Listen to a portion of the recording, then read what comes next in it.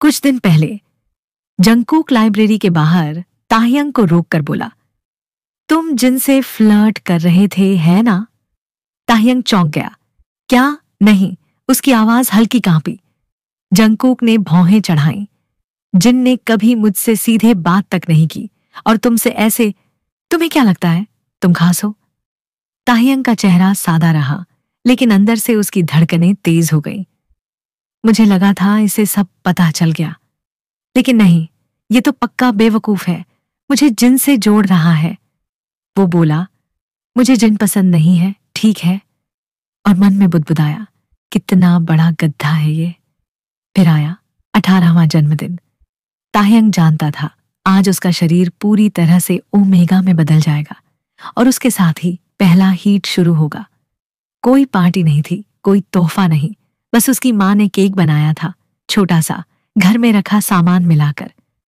माँ और बेटे ने रसोई की मेज पर ही केक काटा।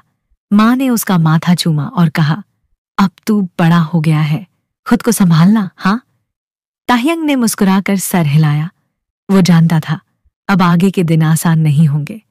हीट की शुरुआत उसे अंदर से बेचैन कर रही थी। शरीर गर्म लग रहा था, सोचे उलझी हुई। वो अपने कमरे में चला गया। कमरा बंद नहीं किया। शायद थक गया था, शायद भूल गया। दूसरी तरफ जंगकुक और जिमिन दोनों अपने दोस्तों के घर से देर रात लौटे थे। सुबह स्कूल था, इसलिए वे बस साइलेंट अपने रूम की तरफ बढ़ रहे थे। अचानक जंगकुक रुक गया।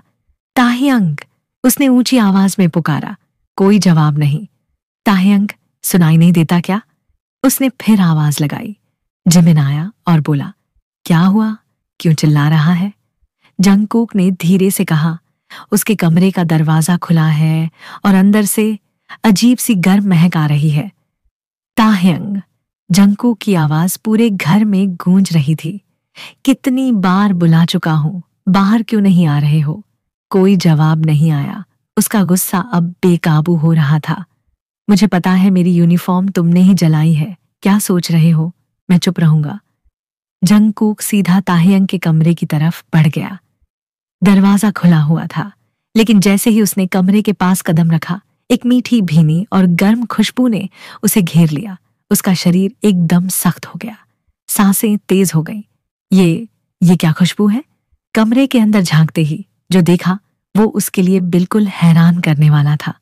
हर कोना गुलाबी, पलंग पर टेडी बियर, ड्रेसिंग टेबल पर कंघी और हल्के शेड के होंठों के बाम, अलमारी में टंगे छोटे नाजुक कपड़े, सब कुछ किसी ओमेगा की पहचान जैसा लग रहा था। ये ताहयंग का कमरा है। जंगकुक की सोच ठहर गई। उसका शरीर गर्म होता जा रहा था, दिल की धड़कनें तेज हो रही थीं। उस पर रट का असर शुरू हो चुका था। वो किसी तरह खुद को खींचता हुआ कमरे में दाखिल हुआ और जोर से बोला, ताहयंग, उठो, ये क्या हो रहा है?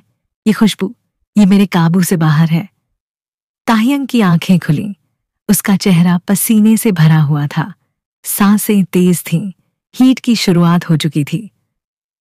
जंगकुक, उसने कांपती आवाज में कहा,